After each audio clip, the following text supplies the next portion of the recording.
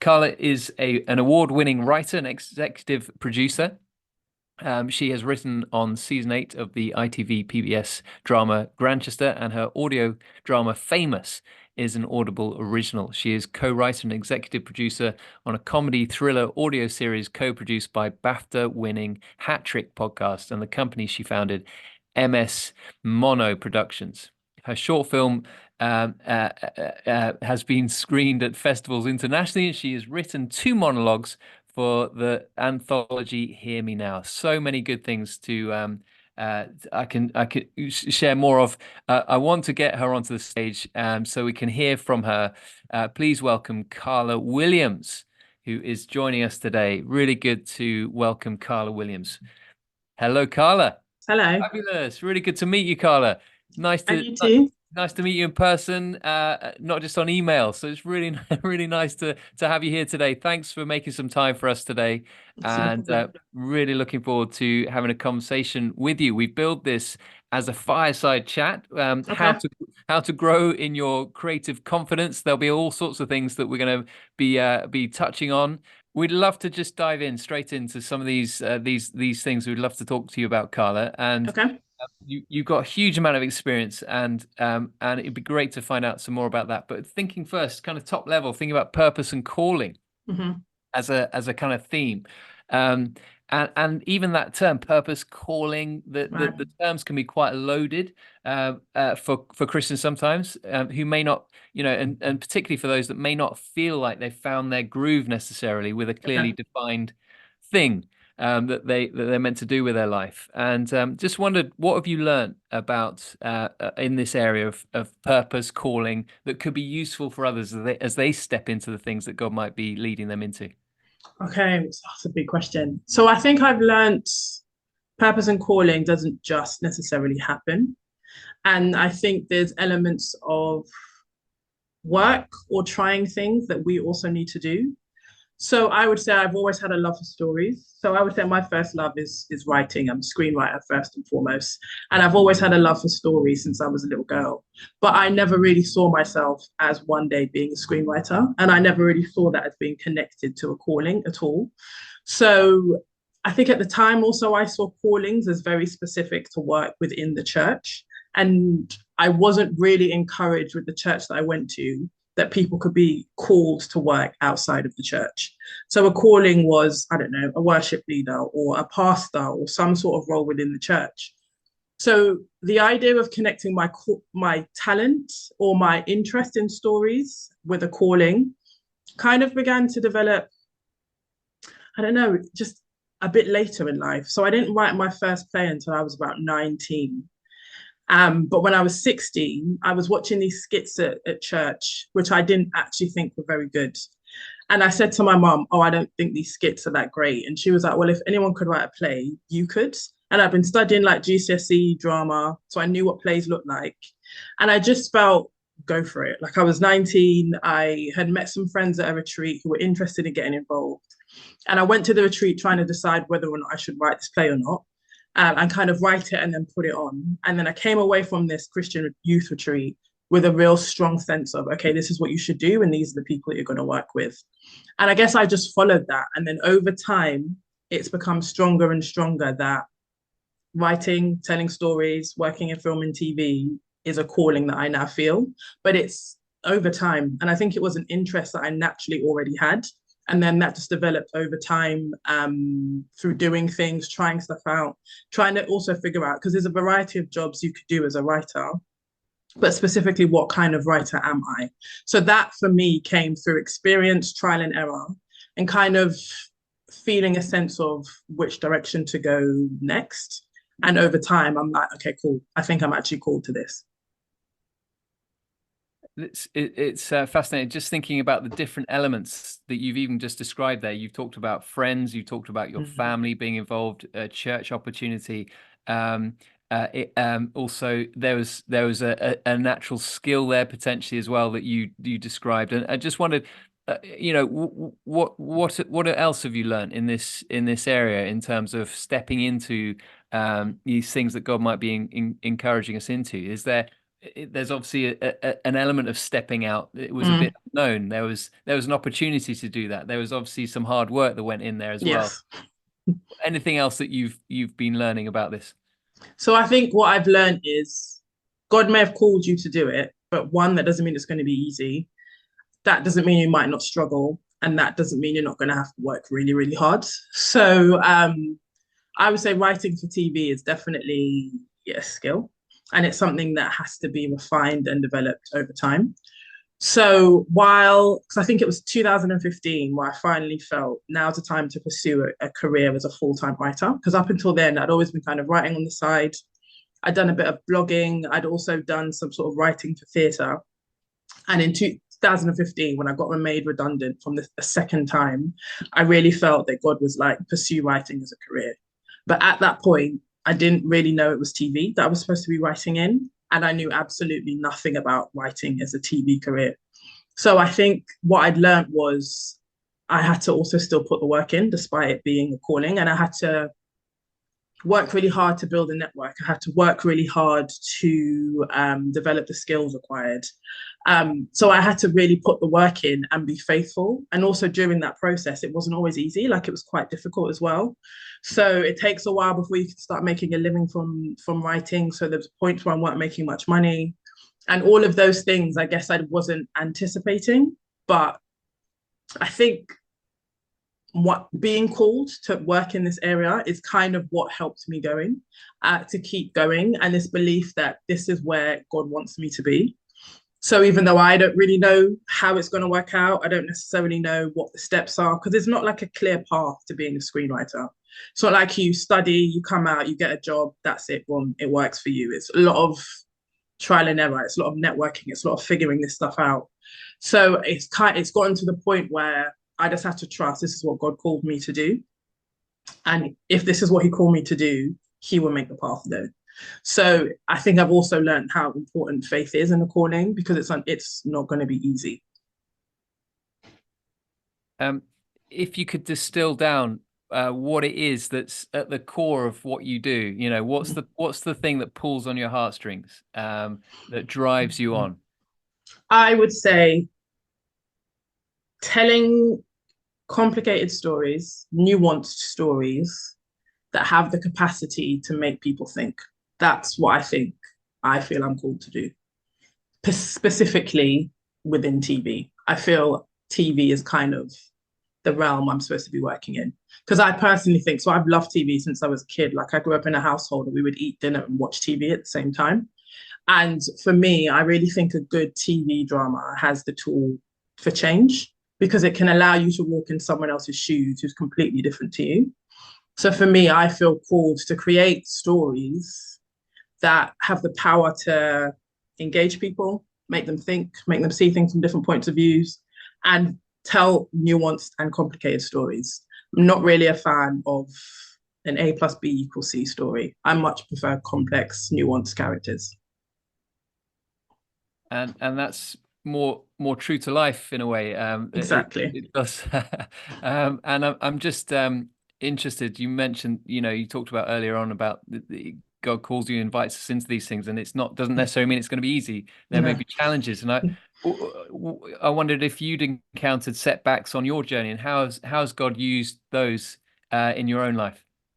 So I would say I've encountered several setbacks, more setbacks, to be honest, I could actually remember. So being a writer, there's rejection is part and parcel of your job. An example of that is I applied for a scheme recently with the National Film and Television School, to work with them for like 6 months on a writer's kind of program to help train you into being a showrunner, which is kind of running your own show essentially. 800 people applied and I did get picked. So that's part and parcel of what you do. So you're always kind of sending stuff off, applying, because part of also what I do is you need other people to co-sign and say yes, especially if you want to write for TV. So I've had several setbacks. I can't really remember all of them, but I feel how God has used them is teaching me resilience, one, building my faith, and also I would say building a reliance upon God, which is similar to building faith. And I'm now at the point of I can only do what I can do. So I can send in the best script that I can work as hard as I can. But my reliance and faith is that God has called me to be here. And if he's called me to be here, he's going to work it out. And I'm okay with that. Because equally, sometimes I think the stuff that I go after and I don't get, to me, that's a disappointment and a setback. But then doors can open in other areas that I was not expecting at all and can turn out to be something that I wouldn't necessarily have placed myself in. And those are great experiences. So I think the setbacks has taught me that I don't always know the right path my career is going to take, but having a faith that God does, and that's why I rely on. Reliance, interesting.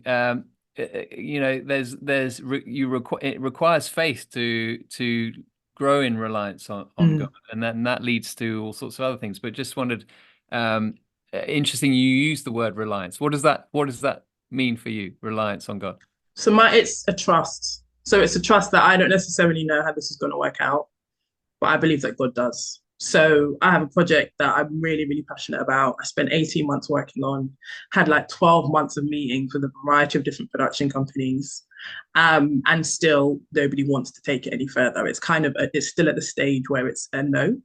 So I was really disappointed, really upset, but I've got to the point where I trust that when it's right for this project to get the yes that it needs to move it to the next stage, that's going to happen. And I don't have any control over that.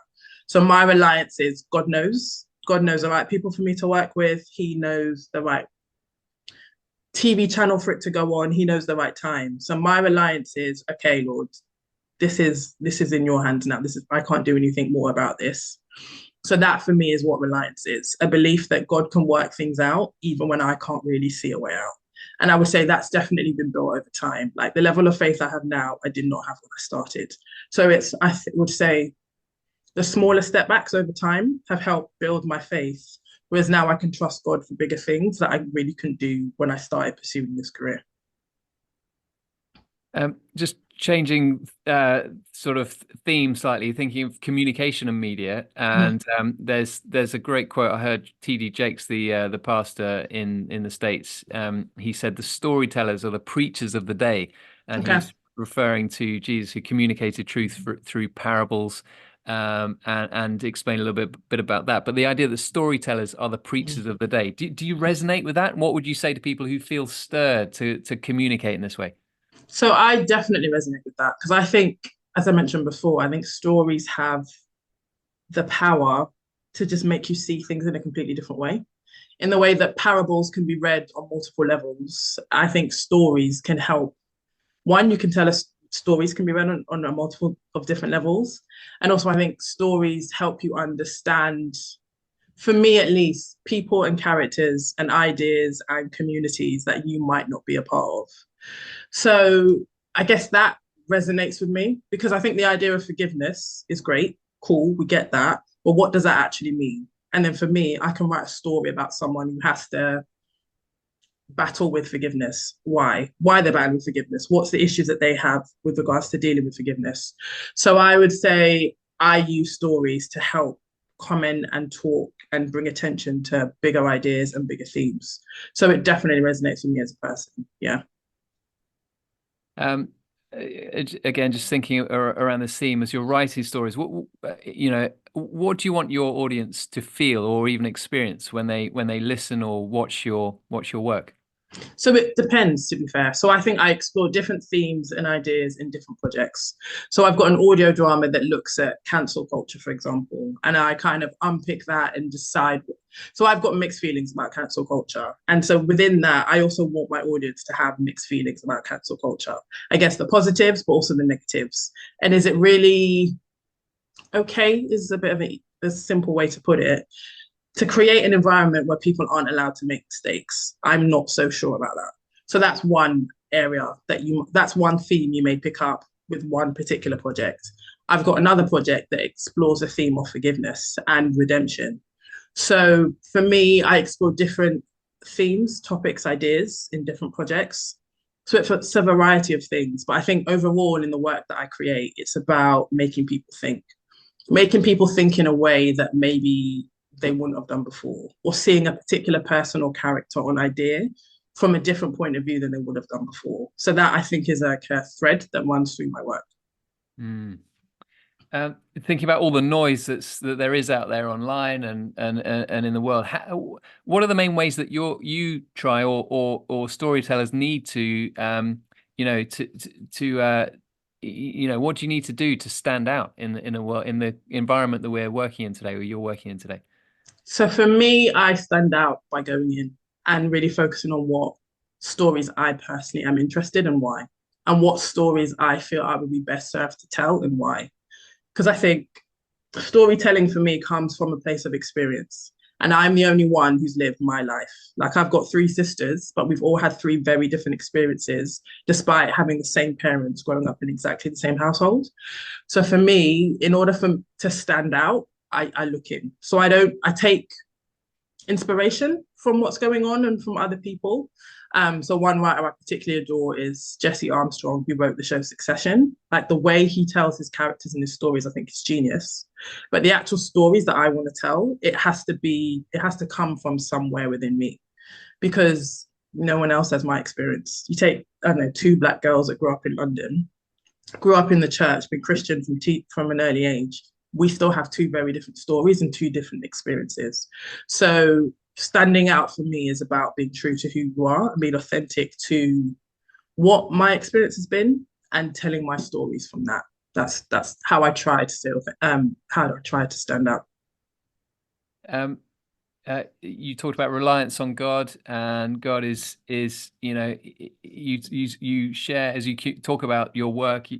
God is clearly right there and at work in and through and around you. But just thinking about the tension between creativity that takes practice, clearly it takes hard Mhm. work, it takes effort and energy, but at the same time, God is there inspiring. um, Mhm. just wondering how you found that dynamic at work in your own creativity, just for others that might be listening to this, trying to juggle Mhm. that tension as well. So I've got a really recent idea, a recent example of how that's something that's happened that reflects that. So I had an idea for a TV drama, which I'm trying to write, but I kept kind of hitting a brick wall because I wasn't quite clear on what the story would be.